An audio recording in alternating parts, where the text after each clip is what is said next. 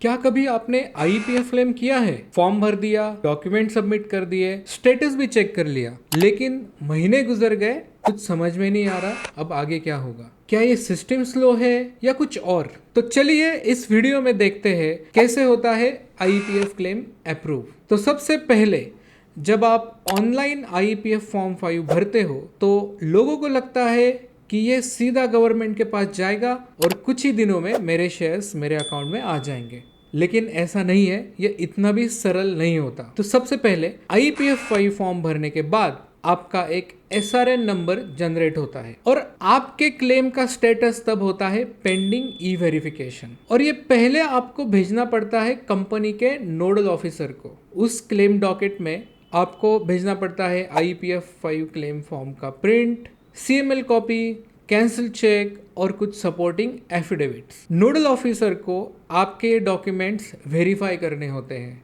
ये hard copy documents आपको nodal officer को भेजने पड़ते हैं और अगर एक भी चीज़ इसमें गड़बड़ हुई तो आपका एसआरएन होल्ड पे चला जाता है। जब तक आप वो प्रॉब्लम सॉल्व नहीं करते तब तक वो होल्ड पे ही रहता है और कुछ टाइम बाद रिजेक्ट हो जाता है। फिर जब कंपनी को लगता है कि सब कुछ ठीक है तब वो ई वेरिफिकेशन भेजती है आईपीएफ अथॉरिटी को और तब आपका क्लेम का स्टेटस हो जाता है अंडर प्रोसेस।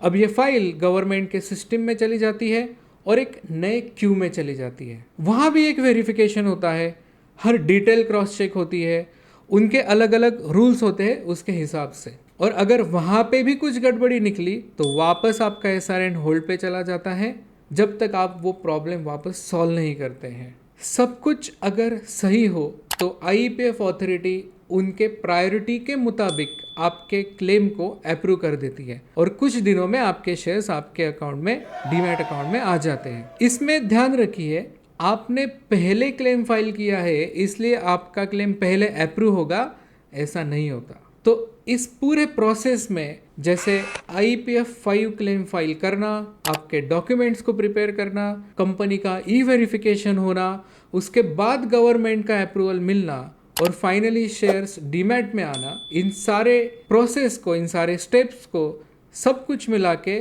6 से 12 महीने लग सकते हैं, कभी कभी ज़्यादा भी लग सकते हैं। तो क्लेम को फास्ट करने के लिए क्या करना चाहिए? सबसे पहली चीज, हर डॉक्यूमेंट को एक बार नहीं 3-3 बार वेरीफाई करो, रिव्यू करो और तभी आगे भेजो। सेकंड, कंपनी को बार बार फॉलोअप करो, ईमेल भेजो, फोन करो और पॉसिबल हो तो इन पर्सन जाके मिलो। थर्ड, आईपीएफ से भी रेगुलर टच में रहो, उनको टिकट रेस करो, उनको कॉल करो। और लास्ट में अगर बहुत ही ज़्यादा कन्फ्यूजन है तो किसी एक्सपर्ट को हायर करो। तो देखिए, क्लियर क्लेम में अब तक 500 से ज़्यादा फैमिलीज के आईपीएफ में फंसे हुए शेयर्स को क्लेम किया है, वो भी 100% एक्यूरेसी के रेट से। अगर आपके भी ऐसे कोई शेयर्स आईपीएफ में फंसे हैं या आपके पहचान में कोई है जिनके शेयर्स आईपीएफ से उनको क्लेम करने में दिक्कत हो रही है तो आप बेझिझक क्लियर क्लेम से संपर्क करिए। हम आपके शेयर्स को आईपीएफ से क्लेम करने में पूरी मदद करेंगे।